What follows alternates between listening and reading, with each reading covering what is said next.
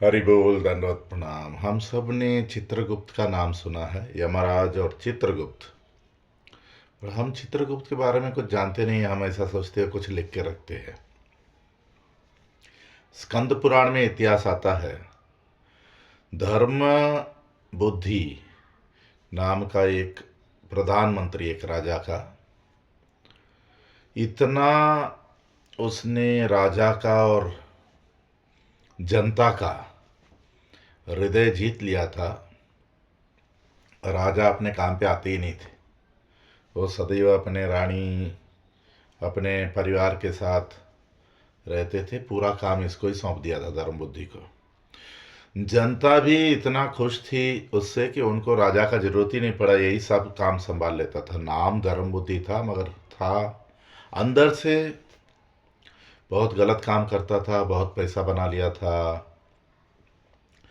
वो कुछ ऐसी आकर्षणी मंत्र जानता था, औरतों को अपने पास वशीकरण मंत्र ऐसे कर लेता था। ऐसे गलत काम भी करता था मगर बाहर पब्लिक में किसी को समझ में ही नहीं आया कि ये क्या करता है। ऐसे जीवन चला रहा है।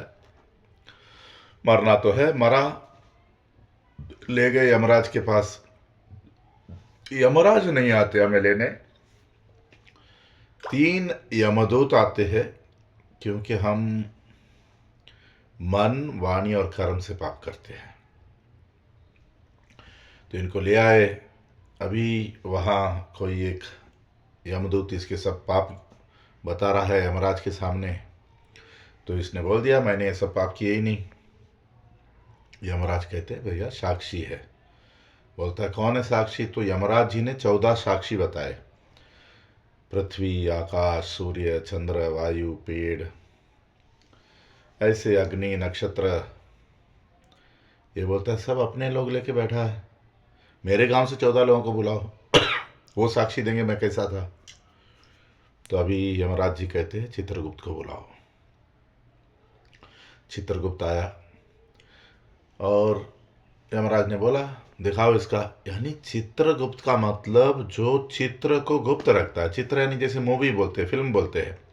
हमारे जीवन का मूवी उसके पास है, एक सीडी की तरह। एक अगर हम यमराज के पास मानेंगे नहीं, हमारे पाप अपने कर्मों को हम स्वीकार नहीं करेंगे, तब चित्रगुप्त को बुलाया जाएगा जो हमारी मूवी ऐसे लगा देगा।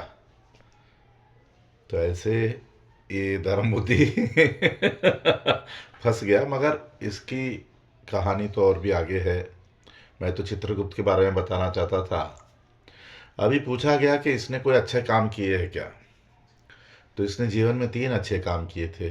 एक, इसने एक हरिहर मंदिर स्थापित किया था कि एक जगह भगवान विष्णु की मूर्ति है, एक बाजू शिव की मूर्ति है। इसने हरिहर में भेद नहीं किया, अच्छे से उनकी सेवा की थी।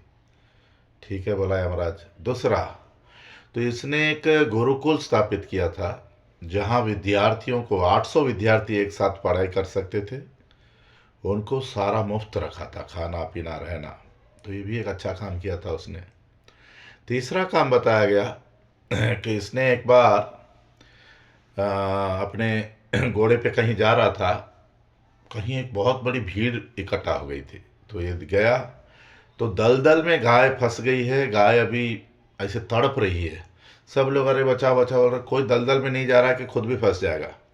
इसने आगे पीछे सोचा नहीं, ये कूद पड़ा, गाय को घसीट के बाहर लेके आ गया। तो यमराज बोले इसको स्वर्गलोक भेज दो। तो एक गाय का सेवा हमें कहाँ से कहाँ ले जाता है, ये तो एक बात हुई।